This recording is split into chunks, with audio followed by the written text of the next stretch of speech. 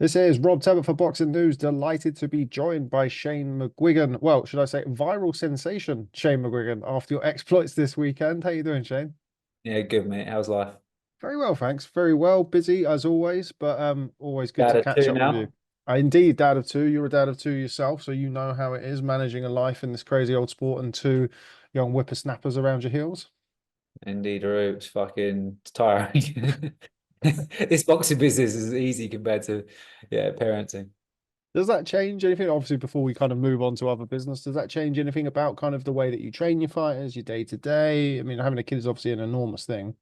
No, I mean, because most people when they got children, they go to work and they might be leaving a house at 7 and getting home at 7 or 8 o'clock at night. Because by the time they've commuted, that's quite a regular shift. I feel quite privileged to be able to, beat the traffic, go in slightly later, and then sometimes, I'm out before rush hour. So, I've got a good team around me and Josh Pritchard and my brother. And we work externally with other people as well, like Greg, Mindset Greg. So there's a lot of good people that we've affiliated ourselves with, Ben Caro and they all kind of, it's a collective, effort. And no, I don't try and like rush off, or I just do my job, still as passionate as ever and happy, and lucky to be able to do a job I really enjoy doing. Now, I mentioned at the start of the interview, you of course have been gone viral after your analysis of Anthony Joshua and Daniel Dubois. But we have been trying to get this interview in for a little while. Obviously, two busy men and whatever else. So let's start with your own fighters first, and namely the WBO Cruiserweight Champion of the World, Mr. Chris Billam-Smith. Saw him post about his bout with Zurdo Ramirez in Saudi Arabia, unification bout in the cruiserweight division. First and foremost, what a tremendous opportunity and what a big fight for Chris Billam-Smith. Yeah, exactly. Unification fight, that's exactly what he wanted. On the biggest stage. When we were having these first discussions with Golden Boy, Riyadh season wasn't even involved. And then they did a deal. Golden Boy Promotions did a deal with Riyadh season, so that they kind of got um like a sponsorship money for their shows in the States. But those it still was an expensive fight to put on, plus an undercard and stuff. And His Excellency decided to do a show with Golden Boy and Boxer in Riyadh. And so what a fantastic opportunity for Chris. And it's just amazing that it's all sort of fell into place, because 2 3 months ago was the show was non-existent. We were potentially going to go to the States or try and stage it in the UK. So it's done at the biggest stage and the most amount of eyeballs. There's talks of him wanting to put it and give it out to all platforms globally. And that's amazing, because he's obviously charging, well, they're obviously Seller obviously charging money for their pay-per-views, and rightfully so, because they're putting on fantastic cards. But this is kind of a give back, and if we're lucky enough to have millions of eyeballs on this fight, which I think is going to be a cracking fight, it can't not be. You got a Mexican in Ramirez, who, yeah, he's a bit of a counter puncher, but he still throws lots of punches. He's tough. He's just beaten Guillemarian, who's arguably one of the best in the divisions. It was the kind of feared fighter, and he's just beat him up and outpointed him, stood with him as well. So it's a hard ask, but I think for Ramirez moving up to a cruiserweight, it's really suited him, because he's naturally got a good chin. He got a high punch output, and he's very, very effective. So we got to be on point, like big time. Do you know what I mean? I think it's equally as hard of a fight for Chris Billam-Smith as Jay Opetaia. Just mentioned there about Zurdo Ramirez obviously started his career at 168 pounds and then obviously went up to 175. You mentioned him kind of, he's certainly wasn't a small light heavyweight, but do you feel that Chris will be the naturally bigger man in there? Do you feel that he'll be able to make, because Chris has, grown and developed into a very big strapping cruiserweight. Will that be one of the factors that's in his favor on the night? Yes, but I don't think it's going to be a fight that requires that physicality. Because Guillemarian tried to just muscle him and he got outworked. So, we got to be strategic with the way we approach the fight. But he definitely will be probably like a naturally thicker guy. But height-wise, probably the same. And, Ramirez should never be down at 168. But then 175 really suited him and he was effective there.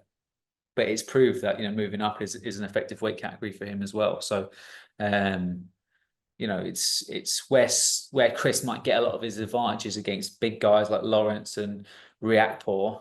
That's going to be taken away from him a little bit because Ramirez is used to fighting quick, fast guys like Bivol and people like that. So he's boxed some really, really quality operators, and Chris is going to have to be properly on his game. A southpaw of Chris's career, if I'm not mistaken. Yeah, I think so. I thought he might have boxed one down in Bournemouth well early on in his career, but yeah. But I mean, he does well against southpaws. So there was talks on one stage of him boxing Daniel Dubois, and that was a fight that I would have loved for Chris Billam-Smith, obviously before he retired. But so yeah, he just working with southpaws in the past. Chris does well against them. The final one on CBS. Of course, you mentioned Jai Opetaia, the IBF and Ring Magazine champion. You were in attendance today. He's announced his fight with Jack Massey, somebody that certainly Chris knows well from the amateurs, and of course is from these parts. Do you give Jack Massey much of a chance of springing the upset? And if he doesn't, is the Jai Opetaia fight certainly one that you're looking for post Zurdo Ramirez? Definitely give him a chance. Whether I give him a chance of winning, I think he's going to make it a very competitive fight. I think Opetaia, no disrespect to Jordan Thompson and Ellis Zurdo, but he's been really flattered of late. He boxed a Bradis, the first fight, it was quite well known that he had a bit of a flu on fight week, and the Sauerland said he definitely should have pulled out that week, but didn't. Wasn't the best Bradis that night, but then came back and beat him in his last fight. But Bradis pushed him well down the stretch, and I think he hurt him a few times in the fight, made it competitive. But we are talking about one of the best cruiserweights of the last 10 years in Bradis. So even though he was worn and at the end of his career, that's still a good win. So, but Jack Massey's, he's coming off a good win against Chamberlain, but look at what Chris Billam-Smith did with Chamberlain, like at 4.5, 5 weeks notice, just was too much for him, and just the pace that he set. Whereas Massey's just a little bit slower, and I think, but he's tough, and he always gives a good account of himself. So it's going to be interesting to see how, if they get it right. Speaking of Joe Gallagher today, if they get it right and they don't punch him too far out, and they I mean, listen, those rings in Riyadh seasons are big rings. So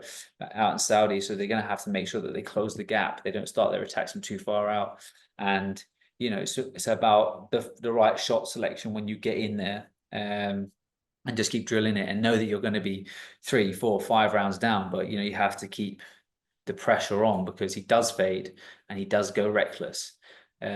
It's just he's very good at maintaining distance. But I think if Massey gets himself really, really fit and just is like mentally there, he'll give him a good fight. And just elsewhere in the McGuigan gym, as far as fight announcements goes, we're a couple of weeks removed from Adam Azim's fight, which has been announced against Ohara Davies. Of course, somebody at McGuigan's gym stable do have a past with, a history with. First and foremost, before we come on to that fight, what happened to the Harlem Eubank fight? That was, of course, a fight that was heavily mooted, and we're all looking forward to it, but of course hasn't transpired. Yeah, I mean, Harlem Eubank, it was a bit of a, I thought, like, we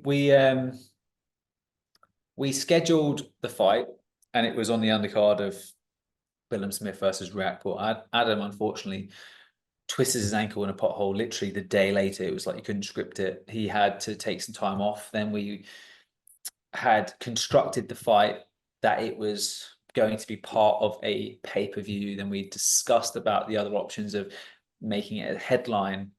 Then we looked at the end of August, but because of the Olympics and the fixtures, Sky didn't want to go then.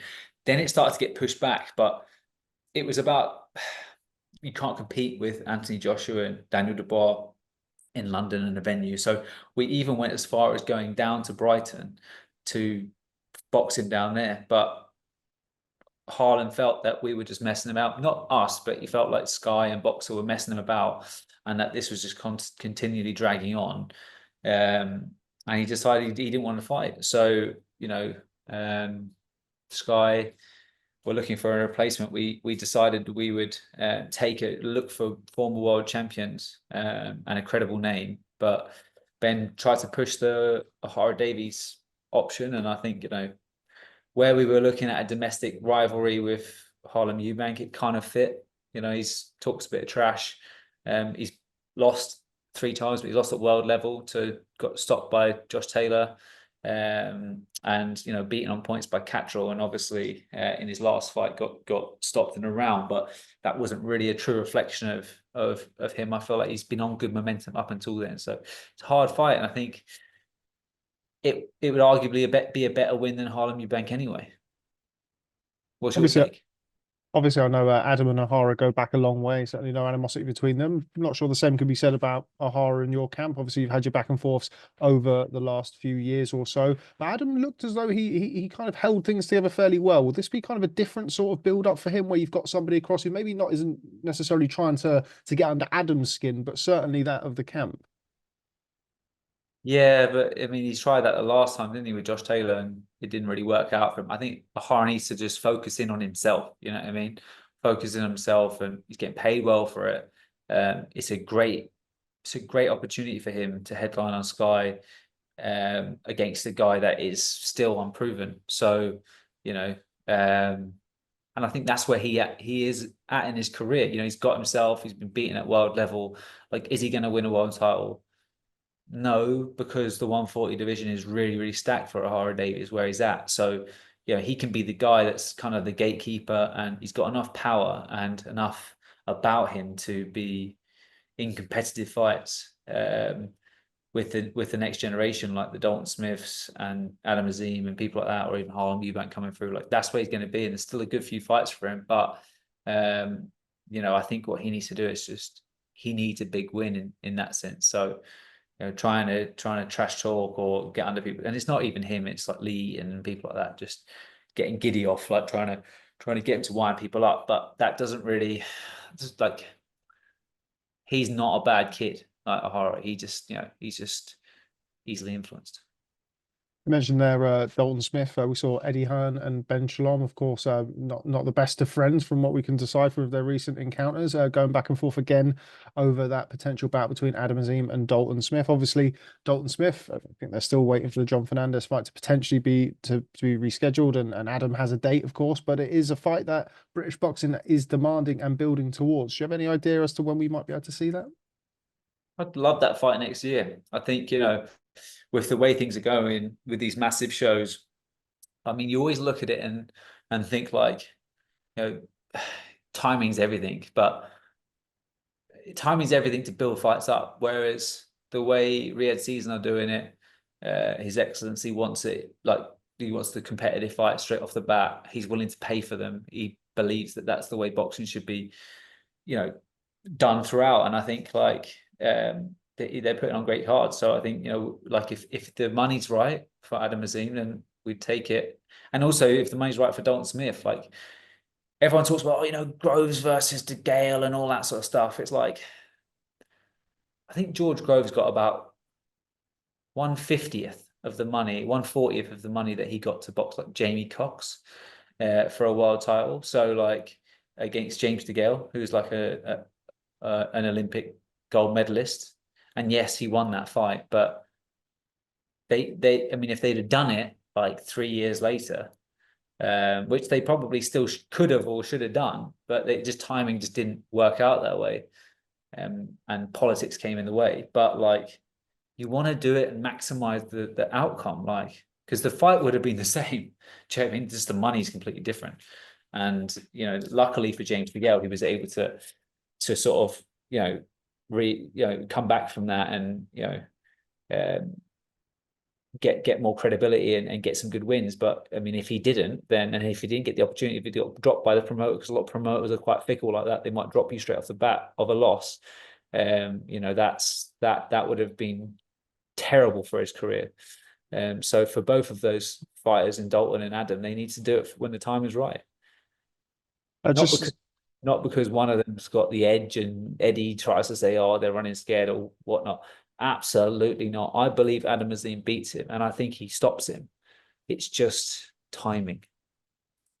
Just sticking with the theme of promoters, I mentioned earlier that you were at the Dimitri Bivol Art of Better Beer press conference. Your old mate Chris Eubank Jr. had one or two interesting things to say, should we say, about some promoters in this old sport. Don't Yeah. want to get you into any hot water, Shane. I know you don't need any Yeah. excuses necessarily to get yourself into trouble with some promoters sometimes. But your thoughts on what Chris Oh, said? I mean, I've just literally listened to Frank Warren threatening someone at Talksport for even just repeating what he said. So I'll keep my mouth shut on that. But he certainly went off, and there's nothing like Chris Eubank Jr. When it comes to speaking your mind, and fair dues to him if that's the way he feels. We'll leave it there and we'll move on. Yeah, And move back to this past weekend. I touched upon it a couple of times at the start of the interview. Your analysis, your commentary of Anthony Joshua and Daniel Dubois. Of course, your former charge, Daniel Dubois, with a stunning fifth round knockout win over Anthony Joshua. Let's go right back to the very start. Of course, Daniel was in your gym, I think 2.5 years or so. Um, yeah, did you expect that, Shane? Did you expect him to go in and really dominate and stop Anthony Joshua in that fashion? it was always a possibility. I think it's a possibility uh, even from when Daniel Dubois was 17, 18, like when he went up and sparred him. Like, you know, Daniel's a world-class puncher. He has been since he was a kid. It was always about, in my opinion, the way that Anthony Joshua approached the fight, because it was always going to be evident the way Daniel approached the fight. Yes, we were reading into how he would deal with the crowd, whether it would spook him, whether it would spur him on. AJ was going to be the guy that had the confidence on that. The advantage on that front. But yeah, I mean, there was a few ways to look at it, and the way you could look at it, like Daniel seemed to look at it like, this is my moment. Like, I'm extremely proud of myself to have got to this position. Like, let's go out and just roll it, roll with it, and just go and just go and do what I do best. And I think Don Charles is. They asked him about game plans, and I've listened to one or two interviews afterwards, and he just said seek and destroy. And I think that is Daniel Dubois' mentality. It's just, and that's his mentality. I worked with him for a while. It's just, you've got to be able to dissect that.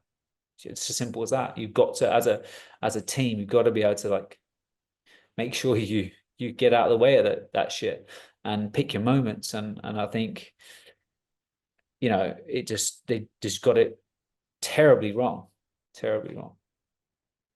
You mentioned obviously the period of time that you worked with Daniel. He's now had 4 fights since he left the gym and teamed up with Don Charles and sort of latterly Kieran Farrell. How impressed have you been with those performances? Obviously, starting off with the Alexander Usyk loss in a fight that he was pretty competitive in if not all, most if not all of the rounds. And then of course those 3 consecutive wins over Miller, Hrgovic, and of course this weekend Anthony Joshua. Yeah. I think, I mean, look, I think he's doing really, really well. I think the time of him getting confidence is the most important thing. Like, he's got confidence when the guys that, when he started out as a pro, they were in their pomp. Like, they're now not in their pomp. Tyson Fury slipping, like, he's clearly on the decline. Deontay Wilder is a shell of himself. Anthony Joshua is athletically right, and I think there's a lot to be questioned on. Would Daniel have done that to AJ when he boxed the likes of Dylan White if he'd have hit him like that in the first round? Potentially, like, people might say he's got his chin's gone, his punch resistance has gone. I'm not sure. I just think it was a combination of getting it wrong, leaving his chin out to dry, get hit with a perfect shot, and hard to recover from then. I think Daniel's form and his momentum is great. He's grew a lot. I mean, this is the thing. Like, for myself, like, I put a lot of emphasis on Daniel making decisions on his life when he was in my gym. Now, he got his driving license when he come to the gym. Like, little things, just, it's really important to take ownership of, okay, you literally, like, how do I, like, Shane's texting me to get to the gym for 10 o'clock, like Stan, like, she's his dad, like let him drive to the gym. Like, this is like, it's really important for him. Like, I think that stage of his life is like, you need to take responsibility for just minor decisions every day. And you know, I think there was a lot of growth there. Obviously, me and Daniel and his dad didn't necessarily fall out. There was a family dispute. Caroline wants to elaborate on that, and I think that's her decision to elaborate on it. I'm not going to say anything, but until she speaks her part. But yeah, I feel like the dad asked me who I think he should go with, and because I was going to continue to train Caroline, and I said, look, I think with Daniel, like, it's really important that he gets a mentor and somebody that can get through to him. And I used to notice it when my dad was in the gym. He would listen a lot, and there was a real respect there for elderly people, for Daniel, and I realized that. So I would use my dad to drag my dad in for sparring sessions and stuff like that. And it's just about knowing the fighter. And I think, for Daniel, it's really important. Like, once he'd done that development and growing up, that he got another sort of mentor. And Don Charles is a friend of mine, and also someone that I feel like was going to be good for him. So, and I'm glad they made that decision, because, the Warrens wanted to go with Ben Davison. So I'm glad that he made that decision.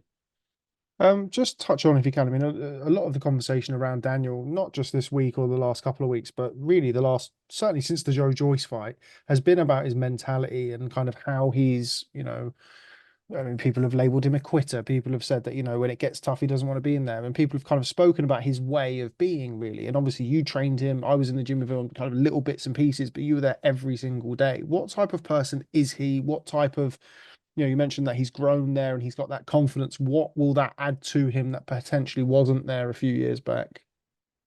I think what he realized when he was in my gym is that he needed to work at an intensity, because before he came to the gym, it just wasn't, it was all on him.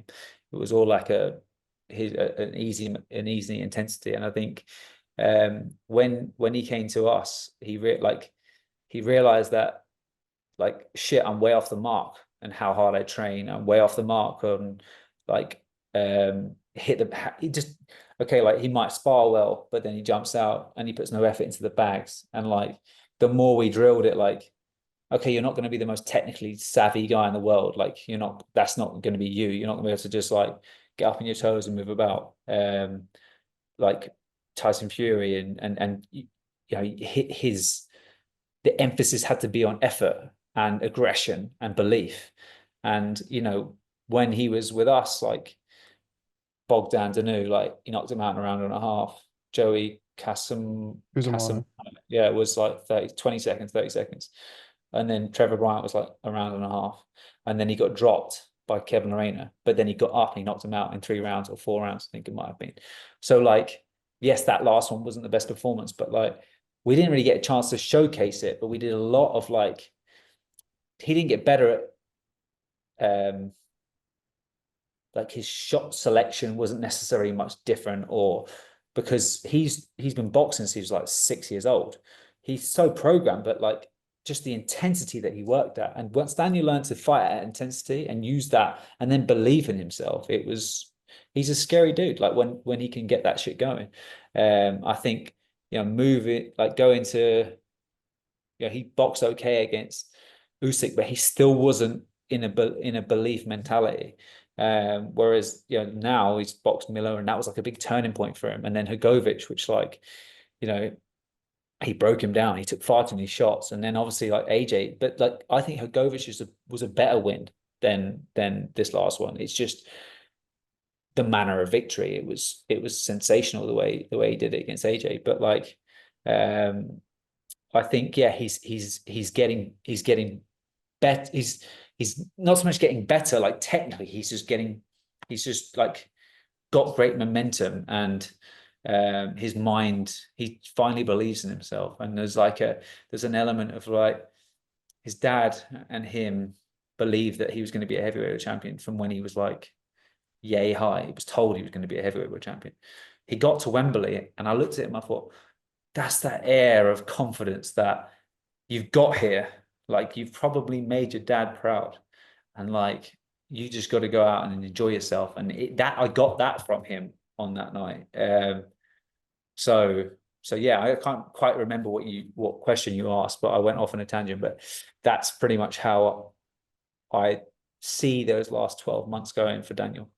Obviously, I know you had your reasons, and I completely respect certainly the Dubois family as well as individually Caroline and Daniel for their reasons to privacy. But how do you feel looking at that? As somebody that you put a lot of time and effort in and a lot of improvement in. I mean, I'm sure you're happy for Daniel, but I'm Really sure there's happy. also some other feelings in there, that could have been you.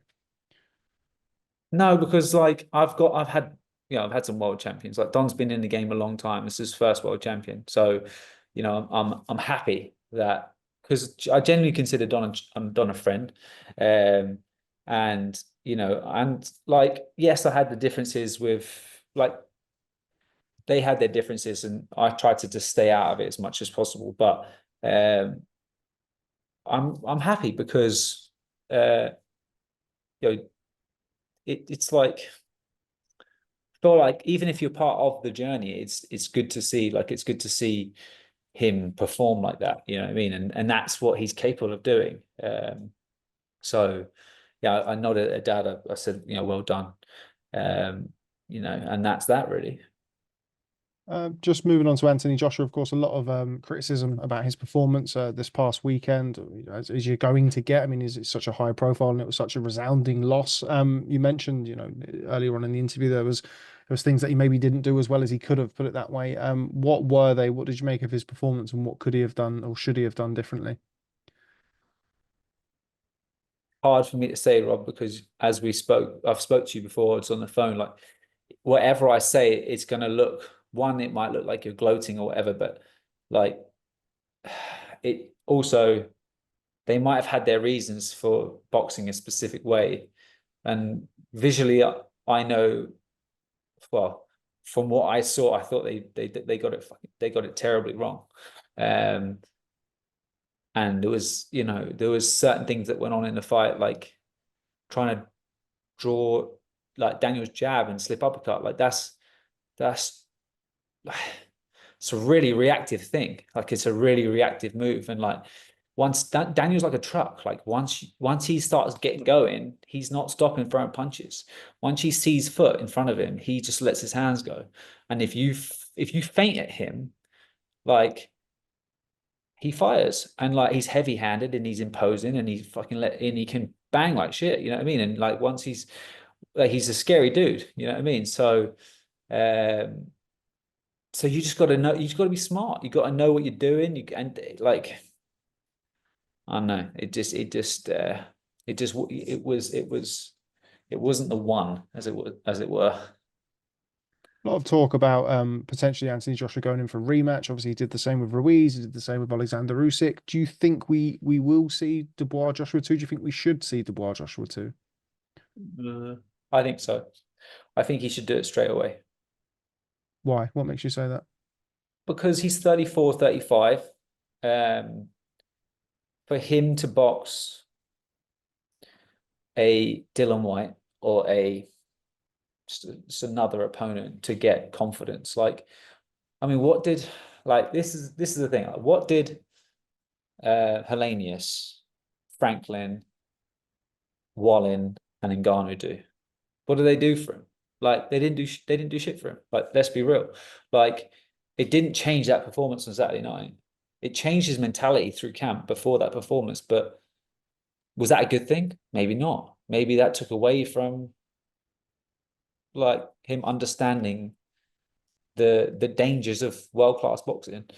Um, yeah, I just think I would do it. I'd say, yeah, I know it's for me, like I'm a boxing purist, right? So I'm not looking at it like, oh, if Tyson Fury lost to Usyk and Daniel boxed Usyk and Tyson Fury and AJ boxed, that's not what I would want to see. I'd want to see Fury win and AJ win and those two box together.